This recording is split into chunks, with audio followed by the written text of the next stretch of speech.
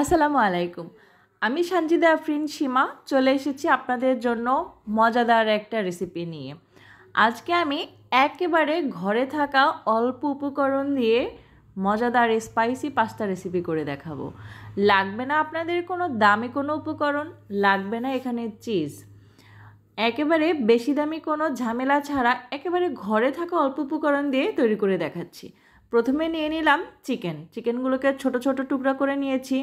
সামান্য একটু লবণ দিয়ে দিচ্ছি আর জিরা ধনিয়ার গুঁড়ো দিচ্ছি 1 চামচ। এখানে হলুদ গুঁড়ো দেব 1.5 চামচ আর দিয়ে দেব লাল মরিচের গুঁড়া দিয়ে দিচ্ছি 1.5 চামচ।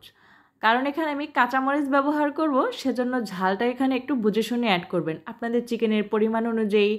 আর এখানে 1/2 চামচ আদা বাটা দেব, 1/2 চামচ রসুন বাটা দেব।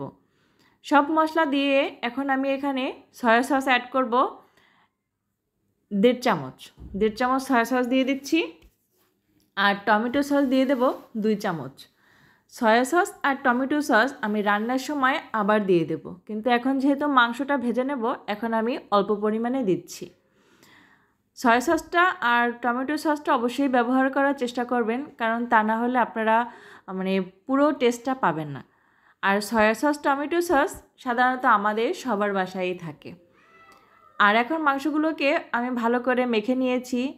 এখন আমি চুলায় ভাজতে চলে যাব। তার আগে পাস্তাটা সিদ্ধ করে নিই। ফুটন্ত গরম পানিতে 1 চা চামচ সয়াবিন তেল দিয়ে আর 1/2 চামচ লবণ দিয়ে পাস্তাগুলোকে আমি সিদ্ধ করে নিয়েছি। এখন নর্মাল পানি দিয়ে এই পাস্তাগুলোকে আমি একটু ধুয়ে নিচ্ছি, তাহলে পাস্তাগুলো একটার গায়ে আরেকটা লেগে যাবে না। পাস্তাটা সিদ্ধ করার সময় অবশ্যই কিন্তু মনে করে একটু সয়াবিন তেল আর লবণ দিয়ে দিবেন, তাহলে পাস্তাটা একেবারে ঝরঝরে থাকবে। এখন এটাকে আমি একটু পানিটা ছেঁকে নেই, ততক্ষণে আমি রান্নাটা শুরু করে দিচ্ছি। এখন আমি এখানে একটা ফ্রাই প্যান বসিয়ে দিলাম, চুলাটা অন করে তেলটা একটু গরম হতে দিলাম আর ততক্ষণে আমি চিকেনগুলোকে দিয়ে দিচ্ছি। চিকেনগুলোকে সুন্দর করে একটু ভেজে নেব। আর চিকেনগুলোকে ভেজে নেওয়ার জন্য এখানে আমি যেই বাটিতে চিকেনগুলো ছিল সেটা ধুয়ে এখানে কিছু পানি অ্যাড করে দিচ্ছি, তাতে করে চিকেনগুলো খুব সুন্দরভাবে সিদ্ধ হয়ে যাবে। আস্তে আস্তে আমি বাকি উপকরণগুলো এখানে অ্যাড করে দেব। আপনাদের যদি আমার রেসিপিটি ভালো লেগে থাকে অবশ্যই কিন্তু আমাকে কমেন্টস করে জানাবেন। আর এখানে আমি ঢাকনা দিয়ে ঢেকে দিলাম, যাতে করে চিকেনটা ভালোভাবে সিদ্ধ হয়। আর এটা অবশ্য ব্রয়লার চিকেন, তাড়াতাড়ি সিদ্ধ হয়ে যাবে। একটু হালকা নেড়ে চেড়ে দেবো, তারপর বাকি উপকরণগুলো দিয়ে দেব। আর এই রান্নার ক্ষেত্রে আপনারা কিন্তু চাইলে ক্যাপসিকাম ব্যবহার করতে পারেন, কিন্তু আমার হাতের কাছে ক্যাপসিকাম নেই, তাই আমি গাজর কুচি ব্যবহার করব। তার আগে দিয়ে দিচ্ছি পেঁয়াজ কুচি আর এখানে দিয়ে দেব কাঁচামরিচ কুচি।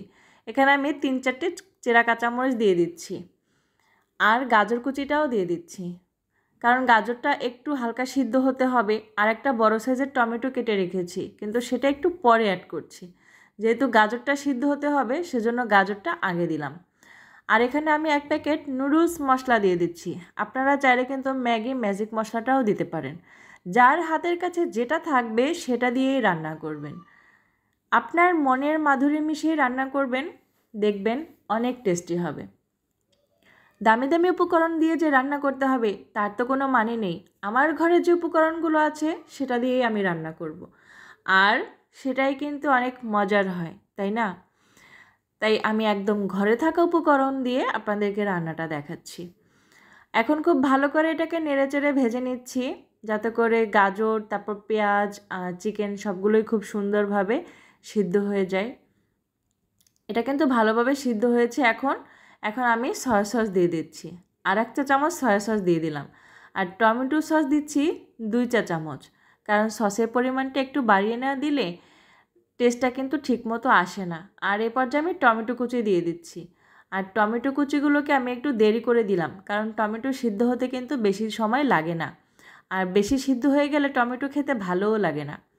তাই এমন টাইমে দিবেন যে বেশি সিদ্ধও হবে না বা ঠিকমতো হবে, আবার খেতে গেলে পাস্তাগুলোর সাথে টমেটো যখন দাঁতের নিচে পড়বে না, অনেক ভালো লাগবে। সব কিছুকে আমি এক পাশে সরিয়ে নিলাম আর এখন একটা ডিম ভেঙে দিলাম। এই তেল মশলা দিয়েই ডিমটাকে আমি ভেজে নেব। ডিমটাকে আমি একটু ভেজে টুকরো টুকরো করে নিচ্ছি। ডিমটা যখন ভালোভাবে ভাজা হয়ে যাবে তখন আমি সব কিছুর সাথে অ্যাড করে দেব। কারণ এই তেল মশলাগুলো এই ডিমের সাথে ভালোভাবে মিশে যাবে, আর ডিমের ভিতরে সব মশলা ঢুকলে কিন্তু এটাই ঠিক হবে। এখন সব কিছুকে আমি নেড়েচেড়ে ভেজে নিচ্ছি, মিশিয়ে দিচ্ছি সব কিছুকে। আর এ পর্যায়ে আমি সেই সিদ্ধ করে রাখা পাস্তাগুলো অ্যাড করব। তার আগে এটাকে আমি আরেকটু সময় নেড়েচেড়ে ভেজে নিই, সব কিছুকে একটু সুন্দর করে মিশিয়ে নিতে হবে। পাস্তা রান্না কিন্তু একদম সহজ একটা রেসিপি, কিন্তু খেতে এত মজা যে ছোট থেকে বড় সবার অনেক পছন্দের একটা আইটেম। এখন আমি সামান্য একটু লবণ দিয়ে দিচ্ছি, কারণ প্রথমে আমি লবণ অ্যাড করেছিলাম চিকেনের জন্য, আর এখন লবণ দিয়ে দিলাম পাস্তার জন্য, কারণ সব কিছু মিলিয়ে লবণের টেস্ট একটু ঠিকঠাক থাকতে হবে, তাই না? তাই এখন কিন্তু সব কিছু একদম পারফেক্ট আছে। সব কিছুকে একটু নেড়েচেড়ে মিশিয়ে নিচ্ছি। আর এখন আমি পাস্তাগুলো দিয়ে দেব, আর কিছু ধনিয়া পাতা কেটে রেখেছি, কারণ ধনিয়া পাতার ফ্লেভারটা কিন্তু খুব ভালো লাগে। ধনিয়া পাতার যে একটা ফ্লেভার, সেটা কিন্তু টমেটো, চিকেন, তারপর পাস্তার সাথে মিশে অনেক ভালো লাগবে। আপনারা চাইলে ক্যাপসিকাম ব্যবহার করতে পারেন, অনেক ভালো লাগে, বা চাইলে বরবটি, তারপর অন্য যে কোনো সবজি ব্যবহার করতে পারেন আপনাদের পছন্দ অনুযায়ী। আমি একদম অল্প উপকরণে এটা দেখানোর চেষ্টা করেছি, কারণ সবসময় সবার বাসায় কিন্তু সব ধরনের উপকরণ থাকে না। তাই যেসব উপকরণ হাতের কাছে থাকে সেগুলো দিয়েই রান্না করে দেখালাম। এই যে সব কিছুকে এখন খুব ভালোভাবে নেড়েচেড়ে মিশিয়ে নিচ্ছি।